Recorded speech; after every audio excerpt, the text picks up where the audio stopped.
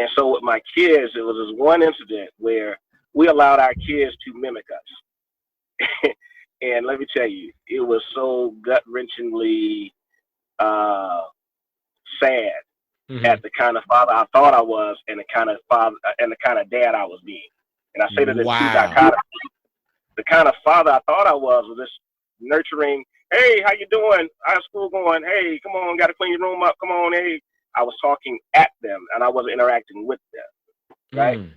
And so they would do my walks, they'd do my voice, they'd do, you know, hey, how you doing? Hey, you know, hey, I love you, love you, love you. Hey, get this room cleaned up, and this is wrong, and how come, what's wrong with school here? And man, it made me sit back and kind of just, I had to take it, because my kids started showing me the accountability of what they're going to remember about me versus what kind of time I spent with them. And so then I was on a mission, man. I was on a consistent mission to, if they said they wanted me to come see something, I would come and see. If they want, with no comment about what it was. If they wanted me to do something, I did it. If it was school and, you know. What's happening, y'all? This is Mike D with Black Fathers Now, where we're bringing the village to the brothers. Every couple of weeks, you can look forward to a quick inspirational message or a thought-provoking guest with knowledge and wisdom, all geared towards helping you be the best father that you can be. We're bringing the village to you. Now it's your turn to do something with what you learned. All right, y'all. Let's go.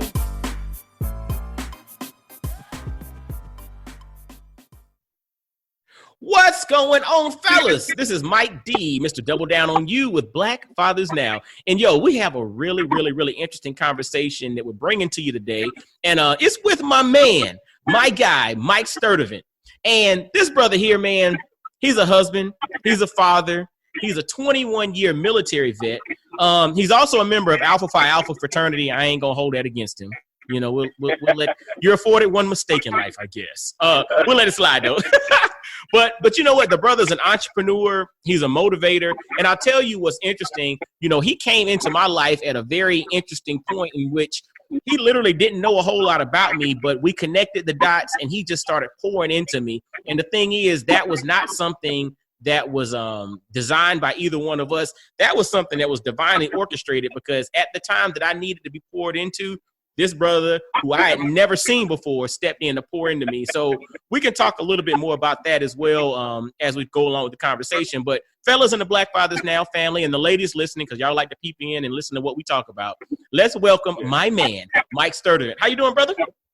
Oh, man, hey, more than anything, it's just an honor just to be a part of the platform.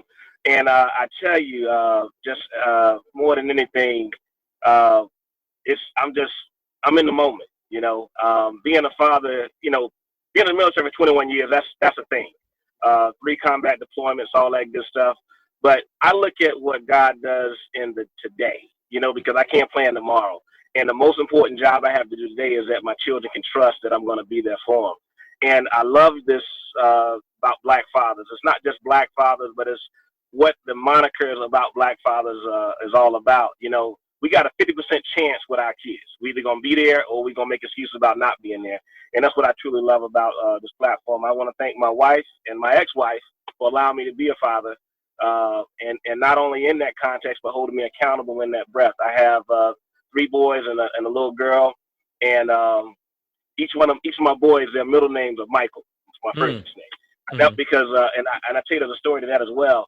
I never wanted them to compete with being my favorite. I just wanted them just to be who God ordained them to be. And then we just gave them, you know, all, you know, job getting first names, you know. So we let that be for there. My daughter, my princess, she really keeps me grounded. But she run them boys. So at the end of the day, you know, I'm a girl dad, you know, in essence of it. But more than anything, and then of course my wife, I would not be here without her. Just her allowing me to spread my wings and explore, and just be in a moment where I can just grow as a husband, as a man, and truly understand what this friendship thing that goes along with being a father, you know. So that's a short intro for me, you know. That's a short intro for me. There's two things there, man. Before we jump into your story, I have a question. You mentioned that you never wanted your boys to compete for being your favorite. Yeah. Like, where did that come from, or how did that concept come about? So, and it goes back to my beginning. I didn't know my father. I'm my parents' only child. I have other siblings, but I didn't know my father. And all I thirsted for was to be included in the number of who he was, and that I could be acknowledged. And so I always promised myself that as and having kids, they would never have to compete for if I saw them or if I counted them. I just wanted to be there. And I tell you, man, it's one of those things that drew on me my entire life until, that day I was told, hey, you're going to be a father. And I was like, oh man, here we go. You don't want to create the same mistakes, but more than anything, if you don't forgive, you will. And I learned that the hard way, because a lot of the same mistakes weren't exactly the same mistakes, but I lived in that practical means of fear about, can I do this? Can I, as a father, really set an example, even though I wasn't setting that example in my first marriage and stuff like that. And I'm just being transparent. Mm-hmm. And so I actually divorced because I never wanted my child to see me disrespect his mom, because I didn't hold on to the vows that God had given me initially. And that's how hard I was on myself as a person. And then I prayed, coming into my family now. I was right here in Leavenworth, Kansas. It was 3 brothers, one of Alpha, one Omega. We fasted. We fasted for 21 days. And in that fast, I asked for, if God would grant me an opportunity to have a family, I would never disappoint him. I also prayed for a woman that would hold me accountable, and she had Christian values I could be molded into. And then I also prayed to be able to have enough to take care of my kids. True story. My wife's maiden name is Christian, and she holds me accountable. The other portion of that, I've been living on every aspect of that fast since 2003. Every aspect of it. And so that's how I know that the power of fasting, the power of asking God for what you want, and living in the promise, but you also got to live in the integrity of what that promise provides. And so fast forward, we ended up having 3 kids in 4 years. Wow. And I was gone for 2 years on deployments. And that woman stood there strong for me, holding that family together. And then when I came back from all of that, I had a stroke. And so now she's holding it down. And I'm really, I'm a shell of a man that, I can't be in the sun. I can't do much for myself. And she was there for me, And so that loyalty and that integrity about family. And then also, we started doing this thing where we understood what it is to be parents, but it was in being together. It was one of those things where it was like, oh man, we got to figure this thing out. So those first couple of years, the kids kept us so busy as parents, right? Taking care of each other was hit or miss, And so then the conversation date night conversation were only about the kids or what we had to do coming up. Wow. Or a date night would be a game or something like that. And so over time, I started really examining, in my relationship with God, it was always like, I'm not giving you tomorrow to fix this. You got to fix this today. And so with my kids, it was this one incident where we allowed our kids to mimic us. And let me tell you, it was so gut-wrenchingly sad at the kind of father I thought I was, and the kind of father and the kind of dad I was being. And I say that there's two dichotomies. The kind of father I thought I was this nurturing, hey, how you doing? How's school going? Hey, come on, got to clean your room up. Come on, hey.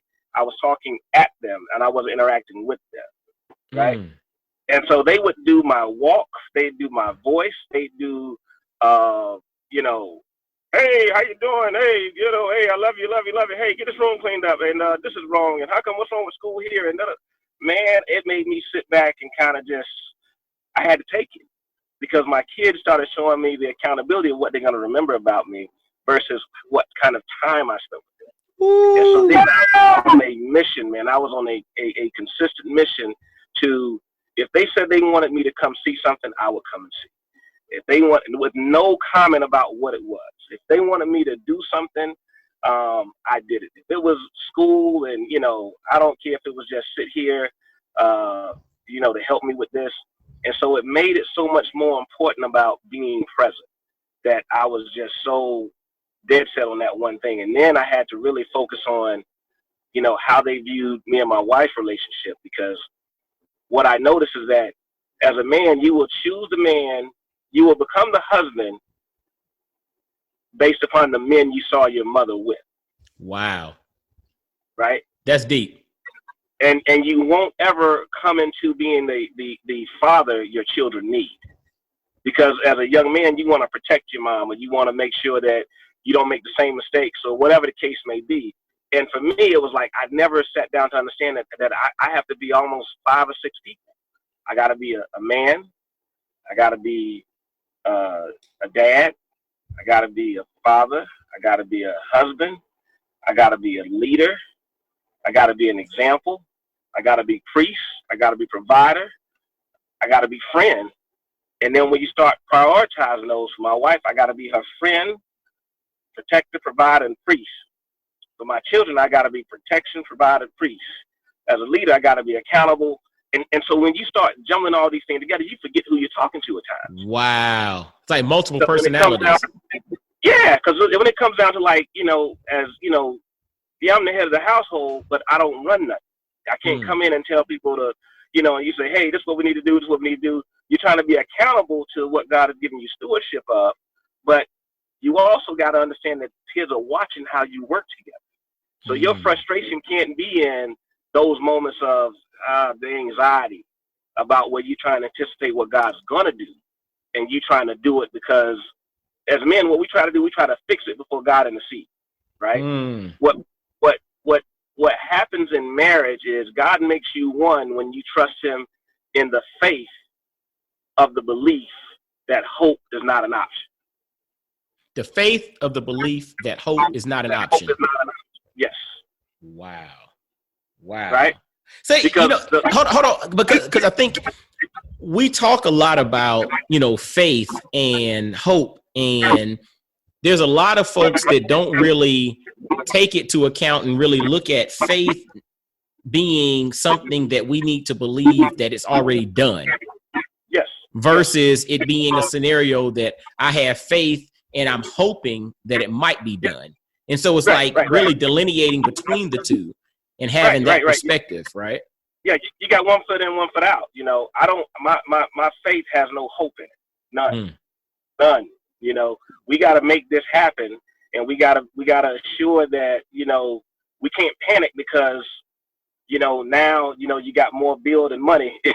You can't panic because the kid is sick and you're waiting to see if it's pneumonia or a common cold. You know what I'm saying? Your faith has to always speak loud in the loudest volume ever that God is going to work it out. God is going to work it out. Hold on, man, dude, because you said something there. We got to jump back on that. My faith has no hope in it. Like that's the thing that I think we have to really be mindful of as it pertains to faith, as it pertains to thinking about faith. Yeah. Your faith has no hope in it. And I've never really thought about my faith in that particular manner, that my faith has no hope in it. But the reality is, if it truly is faith, then it really does not have hope, because hope is, I'm hoping something will happen. The faith is the belief that, guess what? It's already done. I'm just waiting on it to play out. Yes. Every time, and then I look at God as himself I look at Jesus as a representation that as a human, you're going to go through some things. You're going to carry your cross. You're going to, people are not going to understand how you are or whatever. I march to the beat of a different drum. And so in raising my kids, I got to the point one time to where, when it came down to disciplining my kids, I really started trying to listen to them, because from their perspective, they had one option, and this was the best option. Mm-hmm. This was the best option. And you're looking like, nah, man, you got options. I'm here. Potty training, for instance, When your kid is going to go hide and go potty on themselves, you're like, hey, come tell me. I'm right here. Hey, what you doing? Come tell me. I'm right here. We do that as believers all the time. I got this one. I ain't going to really bother God with it because, hey, and that's not the case, where you have to have someone that you can come to, and you got to know that, hey, two heads are better than one, and so I'm a huge proponent in forgiveness. I'm a huge proponent in prayer. I'm a huge proponent in just, man, I want to meet you where you're at. Because as kids and as men, God meets us in our fear because we hope he can fix it. And that's the thing I think some of us really have to kind of struggle with, or a lot of us struggle with, is the concept of just really having that confident faith. And you exhibit that in how you communicate and how you live and how you're practicing. My question to you is, how did you get there? Like, what series of events got you to a point in which you have this resolute faith that, I believe that it's done. I'm not having faith and hoping, but I have the belief that it's done. What series of events in your life led to that level of faith? So, one in particular, man, and I share this, man, it was in 2003. Nope, I'm sorry. 2007. The fast that I shared with you earlier, that was one, but I was still in this control mechanism of, I know right from wrong. Hey, God, you got to deal with what I'm gonna do wrong this time. All right, we'll fix it. We'll fix it in prayer. Don't worry about it. I was in command in Fort Bragg, North Carolina. I was running, and I had a stroke while I was running. It was where basically my entire body shut down, and I had a traumatic brain injury where I hit my head and all that good stuff. And they worked on me for 30 minutes to get me to start back breathing. Right. And then by the time they got me to the hospital, they had finally stopped working on me for about 4 minutes. And the only people were there when I woke up was my wife and the chaplain reading my last rites. And so I tell you, in those, it felt like 4 to 5 minutes, but I could hear everything. A dead man can hear. I'm gonna tell you that much now. And so, as they're beating on me and putting these shocks into my chest and everything, I'm sitting there saying, "I can hear you. I just can't move. I can hear you.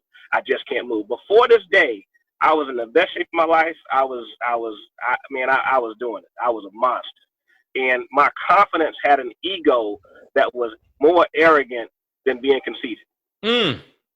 I could finish your sentences. I could tell you how you felt. I could tell you, hey man, look, let me help you get that done. And I was arrogant to the degree that I knew I had confidence I could help you do anything, And even in my relationship, but even in my marriage, it was like, man, you know what? I got it. I can fix this. Ain't no problem. I got it. My apologies were arrogant. My bad. Let me fix it. So I wasn't trying to fix it in the circumstance of being remorseful. I was trying to fix it to show you that I could fix it. You know what I'm saying? Stop right there. Yeah. You said you weren't trying to fix it in regards to being remorseful. You were trying to fix it just to show you that, hey, I can fix it. That is deep. Yeah, I want you to feel better about me fixing it because I told you I could. Oh Lord, that's deep. Yeah. So then, in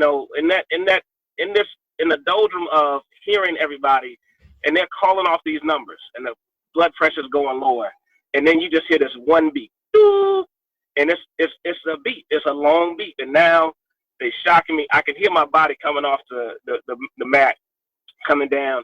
Hey, hit him again, and in that moment, I started either dreaming or seeing, like I could see above my own body, and I could see everything I thought I ever got away with. Everything. Wow. Everything. Lies I told to kind of keep it from being too bad. Things that I had just done to just, where God was like, I was watching you the whole time, bro. Even when I made deals with him. And so that whole bright light thing and that, this, that, and the third, no, man, it's just cold. It's just cold because you're not, there's no more blood, there's no more, there's nothing going on. And what God was telling me in that moment was that since you feel nothing, I want you to know what it feels like to have nothing. The whole time I could still hear and see them working on me. And the only revelation that came to me was like, hey, when I'm done with you, we won't have this conversation. Mm. And so to wake up as someone is reading your last rites, you know, it puts you in a perspective of playtime's over. Mm. Playtime's over. And from that moment on, I just never looked back. I never looked back. I never looked back. Wherever God needed me, I was there. I understood that, you know, sometimes it's for me just to sit back and listen, and other times you got to be bold, not just in your conviction about your spirituality or how you believe, but in your trust. You know, because trust is in the dictionary between so what and don't nobody care. You know what I'm saying? You know, real. Don't nobody care when you're going through. They can just say, oh man, I pushed the word out this morning about, people that ask how you're doing and people that ask you what you're going through. You know, people want you to reflect on the past of where the devil had you in your emotions and you can blame someone. They don't want to see how you feel and where you can at least admit that I know God's going to work it out, you know. And so everything in that future moment of what you have is where, what I had to understand was God's just allowing me to borrow these kids. That's it. And I get one chance to get them right. And the epiphany of watching a child go through their own depression and the things they worry about with having friends and making friends and, how they feel about themselves is a reflection of how they've watched you deal with emotions, That's deep in itself right there. It goes back to the whole premise of, kids don't always do what they told, but they actually replicate or repeat what they see, right? So how do they learn how to deal with stress? It's how mom and dad deal with stress. How do they deal with anger? It's how mom and dad deal with anger. How do they deal with conflict or fear or challenges or, insurmountable problems or whatever? It's all based off of how they see mom and dad model that. Yeah. And I tell you, man, it's really important because my kids don't have to know the things that you're dealing with. Your kids aren't your therapist. That's right. That's right. 100%. They're not your therapist. And so when I want to address, Black fathers and depression, because you're already dealing with the deficit of where someone failed you. Then you have to deal with the deficit of never feeling good enough to be blessed with the great kids you have, and how you're going to make them better than you. Woo. That's deep. Right? And so as a father, man, I went through this phase in time where I was like, man, I can't get sick. I can't be down. I can't cry. I can't, and I tell you, when my daughter used to look at me and she would be crying, she was like, you know what? I just feel bad for you. You don't even cry. Because they can see the hurt in you about whatever's going on, but you're so disconnected trying to fix it till, you're like, I say, hey, I cry on the inside. Or, I just try to, and you can't fake it with kids. You can't fake it. You can't fake it. You can't. You have to be vulnerable to the degree that that they know the same as when they lying, they know when you lying. I'm gonna tell you, like, part of the advice I always give folks when I'm doing like some kind of coaching or whatnot is spend a lot of time with really, really young folks, but then also spend time with a lot of, some elders, because those are two demographics from two different spectrums, but those are probably the most honest groups of people that you will ever interact with. If there's something wrong with you, that little kid ain't gonna fool with you. And I always pay attention. When a kid doesn't fool with an adult, I always sit back and just think about it. I'm like, there's something to that, because kids, they have no filter. They don't care your race, your size, your this, your that. They're just like, yo, if you're a good person, I'm with you. If there's something I don't feel right, I'm going to back off. And then once you become an elder and you get to a certain age, you're afforded the flexibility to say whatever the heck you want to say. So spending time with them is also good too. Oh yeah, but you get to that point where it's like it costs me nothing to tell you how I feel. Absolutely, because I'm not looking for new friends. Absolutely, no new friends. And the other piece I tell you is that as the one thing with your kids, as they're growing in time and everything, you just want your kids to come back home and visit you. Absolutely. Hey, was I good enough for you to come back and say, hey, Pop, let me let's sit on the porch and drink some lemonade together. Mm-hmm. And that's what I was missing with my kids. I was so busy trying to task orient them to what I thought their room should look like, or what, pick the paper up and do this and do that, till I was missing that they was just like, they were just happy to see me. Mm-hmm. And you really have to really honor that. Their little voices are, really the biggest voice you're going to hear in a day, because no matter how you feel, I mean, they're going to be like, hey, all right, it'll be all right, hey, or they give you a hug or whatever. You're like, oh, man, I need that. Mm-hmm. So those are just a lot of the little things, man. I tell you, having the confidence to want to leave the legacy that, although I've been in the military 21 years, I didn't want my kids to have to do it, because I was like, you guys are so much smarter. Mm-hmm. And kids go through that phase where they say, I want to do whatever it is you're doing. You're like, I don't think you don't do that. Mm-hmm. Yeah. I kind of want you to find your way. You know what I'm saying? I mean, and so yeah, so it's amazing. I have my kids that are with me, and even my oldest son that's out in California. Just the bond and the connection is so critical. I mean, that connection is just like it's unreal. So that's one thing I just look forward to on a daily basis. The way I'm like, if I'm missing my kids, I will go to their school and we'll have lunch. I pop up. And they don't have this fear about. I see other kids, they like, hey man, your dad here. They be like, hey dad, what's up? Hey, I just came to check in on you. How you doing? Oh, I'm doing good. What's going on? Now, regardless of what age, like my ninth grader, he's kind of like, okay, how long you staying? Yeah. He's like, Daddy, I got a little girl I need to go around the corner and see real quick. So you need to get on back about your business. Yeah. Yeah. But it's like, but when I'm around, it's just like one of them things where it's just a welcome environment. So I really had to do, I started doing this thing called Bandwagon Mike.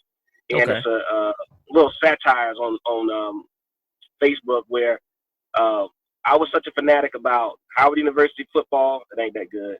Mm-hmm. Notre Dame football. I love them. And the Chicago Bears, that my attitude sucked if they lost. I don't own no part of the team. I ain't even never played a sport. I never played a sport. I played chess in high school. Hold on. So Howard, Notre Dame, and the Bears, why those three? I don't know. I mean, I think somebody told me to like them one time. I don't know. I went to Howard. Okay. And a best friend of mine, he told me about Notre Dame football, and I just started watching it. And I was like, okay, I like it, And then the Bears, Walter Payton, all that good stuff when growing up. But and I just liked that he never yelled. He was never the egotistical type of football player. So come on, Walter Payton. I always liked it. Yeah, Walter Payton. Yeah. They called him Sweetness. Sweetness. Yeah. So I was like, but if they lost, I felt like I lost, and so I would walk around the house moping and grumpy. And so then I saw my kids started acting that crap out, and they didn't even watch sports. Wow. They didn't even watch sports. And they was like, so then I started watching sports, and I would go for. I said, look, this is what we'll do. We'll just go for the team that wins. Mm-hmm. And then around the house, they would have those jerseys. So I would put on my kids' jerseys as a grown man. And they would laugh, And then after a while, after a couple of years, people just started calling me Bandwagon Mike. And that's how it started. So, yeah. Bandwagon Mike. And so what's what's the result of, or what is it that you look to accomplish with Bandwagon Mike? So Bandwagon Mike is about the authority to choose to be whatever you want to be. You're not held to the constraint of having to like something because it's winning or losing. Like sometimes people hold on to things that they just hold on to. Someone told me back in it's the worst advice ever. Hey man, it's okay to lie as long as nobody get hurt. I was like, no, that's actually wrong. And I didn't get that till I was in my 30s. Wow. I was like, and like once the stroke hit, I was like, nah, that's actually pretty wrong. That's pretty wrong. You know what I'm saying? So bandwagon is like when you see somebody on the bandwagon, they really bandwagon in the thing that's winning, right? And it's consistently winning. They don't know how it's winning. They just know it's winning. And so the thing is like this: if you hang out with 10 broke people, you gonna have them find the 12th. Absolutely. Absolutely. Absolutely. You can find the 12th. Bandwagon, same way. You hang around winners, you're gonna find out how to be a winner. So I started making the t-shirts on bandwagonmike.com. And then I also have what's called a motivational page called Motivational Speaking, where I send out affirmations. I can talk about the object of a stop sign. You know, a stop sign is meant for you to stay. It's not meant for you to stay there. It's meant for you to stop, take a look, and then go forward. And that's just really my theme about life, man. I can take anything and just find God in it, even in stuff that don't go well. You know, I mean, if somebody broke with me back in the day, I was like, "Thank you, Jesus." And now when I look at them on Facebook, I see why. Hey, message. I see why. Man, and I'm gonna tell you, like, because I think a lot of what you just mentioned goes back to what you were talking about, in the sense that my faith has no hope in it, right? None. So when your faith has no hope in it, then you're free to find God in everything. You're free to find the message in everything. You're free to turn every situation, circumstance, object, win, loss, whatever. You're free to turn that into something that's applicable to life. To me, I liken it to the stanza from Langston Hughes' "Live Your Creed," where he says, "I'd rather see a sermon than hear one any day." Right? Oh yeah. I mean, it's the notion of putting it into action. But if your faith has no hope in it, your faith is in this thing is done, then you look at everything as an opportunity. And that's kind of how I try to view, that's how I've trained myself over the last few years to really see everything. I look at everything as an opportunity. Man, let me tell you, and it makes some people sick, man. I'm gonna tell you that now. I mean, there's so many people that say, "Man, you really get on my nerves because everything is not gonna work out." I say, you haven't lived long enough to see yet. Mm-hmm. Right? It's easy for you to say that today is all life's gonna be. When God gives you tomorrow, you need to earn it. Mm-hmm. Right? Mm. Don't trust that I can give it to you. But if God gives you tomorrow, you gotta earn it. It's like He gave me today. Now, what am I gonna do with it? Wow, that's real. Right? It ain't like you got to start at night and then say, "All right, really, can I get this morning back?" Mm-mm. That's why words and intentions are so important, because you cannot sit around and use words and be intentional in the negative energy of things, because you can't take them back. That's right. And so the one of the last things, we gonna have to do this again. Oh yeah, we can do it again. Is apologies, man. I'm gonna tell you this right here. As Black fathers, you better be prepared to understand your love language and apologies. As adults, we just want to see the gratification that your behavior's changed and that you're remorseful, right? In children, you have to understand that you're going to be, whoever taught you not to apologize to a child was wrong. That's wrong. That's wild. Right. If Jesus Christ can apologize for the things that they know not what they're doing, right? Then you apologizing to your children saying, "I didn't know what I didn't know, and so therefore I can't, my actions that I've taken are not all on you." Right? And you're not going to be the same. You're not going to be the same. The same as that child is growing, you're growing. Same as that child is. Before that child gets here, you now have to think about every time you got to feed them and everything, burp them and everything else. So for me, what I'm saying is this right here. You got to learn how to forgive and be assured that the apology is worth your forgiveness. Ooh, you better learn how to forgive and be assured that your apology is forgiven. That your apology is worth your forgiveness. Your apology is worth your forgiveness. Yes. Wow. Explain. Can you take a minute and explain that for me real quick? That's how sincere it's got to be. You know what I'm saying? That's how sincere. If I miss something with my kids, I don't care if I'm late. I come up and I say, "Hey, man, I really apologize. I missed it. I should have put it on my calendar." All the things so that there are no excuses the next time. "Hey, man, hey, Dad, I got a game. I already took off work already. All right, cool. I'll be there." All right. And when you're there, you're in the moment. Not the phone, not the phone, not anything else. You're there. I don't care if they're riding the bench the whole time. You watch them on the bench. Hey, absolutely. Great high five, everybody. You know what I'm saying? And so when that apology, for me, with apologies, some people can say, "Man, you don't accept apologies." It's not that I don't accept them, but to a degree, the older you are, the more calculated I can see about how you were about doing what you did. I don't think that people lie. When people lie to you, I think that it's intentional. whether it's out of fear or just that you don't have to know the whole truth, Mm-hmm. right? So those are hard for me to really look at and be like, man, you ain't got to apologize for lying. You just lied. Mm-hmm. Worry about it. That's it. It's a done deal. All right, I can't change it. I mean, hey, I thought one thing, you did one thing. Okay, cool. All right, cool. But when it comes down to those mistakes, yes, that are genuine mistakes, hey, man, I spoke out of turn. I said something I really shouldn't have said. This is truly how I feel, and allow me to show you in my gratitude for understanding what I understand now, and let me earn your trust back in that. You hit something there, and I think this will probably be a good point to put a pin in it.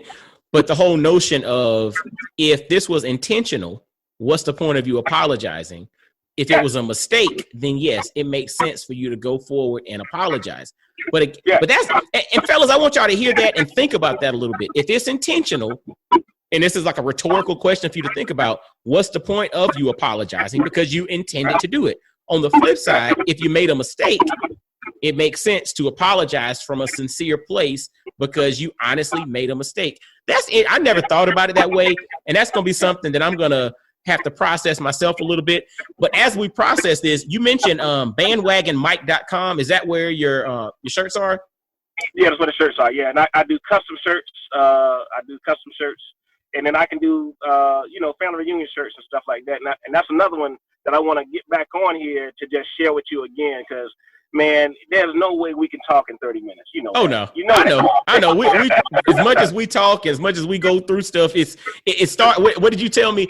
Everything in 10, it starts off supposed to be 2 minutes, and we end up being nothing less than 45. So, yeah. But this will end up being one of our shortest conversations. So, fellas in the Black Fathers Now family, make sure to visit bandwagonmike.com. Is there anything else that you like to put out there for the brothers listening, man?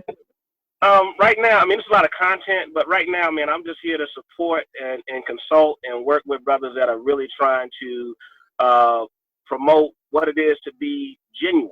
Mm-hmm. You know, I'm all about being genuine. Whether you're doing podcasts and I'm more of a knowledge broker where I can bring you the plug for anybody that anything you're trying to do, I can help you do it. Mm. And we'll get into that later. But this is the one right here where I just kind of want you guys just to understand that, man, Bandwagon Mike is here to help put it together for you, help put it together with you. And I just love you. You know what I'm saying? I'm just it. That's all I can tell you. And if brothers are interested in connecting with you as the plug, as the knowledge broker or whatnot, is Bandwagon Mike the best way to do so, or is there another way for them to connect? Yeah. bandwagonmike@gmail.com. Okay, bandwagonmike@gmail.com. So we'll make sure to have that in the show notes, fellas. And we got to run, but I want to say thank you to my man Mike Sturdivant for coming on and dropping some bars, helping us to think about faith and really disconnecting faith from hope, and really looking at faith as really believing that it's done, right? And walking in that confidence. So I hope he dropped some things that you all can stop and take action on, because this is Black Fathers Now. It's about taking information, insight, and wisdom, but then putting it in a place in which you can apply it to life so that you can go and be the best man that you can be. And the default is hopefully you'll be the best father that you can be. So, Mike, I want to thank you for spending time with us today, brother. Fellas, visit bandwagonmike.com. If you have a question and want to connect with them as a knowledge broker, email bandwagonmike@gmail.com. Information's in your show notes. And as always, make sure to visit blackfathersnow.com. Follow Black Fathers Now on Instagram, Facebook, Twitter, email blackfathersnow@gmail.com. If you have any questions, comments, concerns, make sure to share this out. iTunes, Stitcher, Google Play, iHeartRadio, anywhere you listen to podcasts, share this bad boy out. Make sure to leave ratings, leave comments, as it helps us to grow in the ratings. Because look, we're trying to touch every Black man in America. We want every brother that's a father, a potential father, that's connected to fathers or whatever. We want everyone to have heard about Black Fathers Now, because it's a lot of insight, inspiration, and wisdom from a diverse cast of Black males that, you need to get up in your head so that you can put into action. So, fellas, until next time, thank my man Mike Sturdivant, and y'all be blessed, well, and wise, and we'll get at you. All right, peace. Yes, sir. Yes, sir. Peace. Yo, fellas, I hope you enjoyed today's episode. And always, always, always visit blackfathersnow.com, as well as follow Black Fathers Now on virtually every social media platform you can think of. Instagram, Facebook, Twitter, everywhere. Just follow us, and engage with us, man. Look forward to hearing from you. And I guess until next time, I'll holler at you. Peace.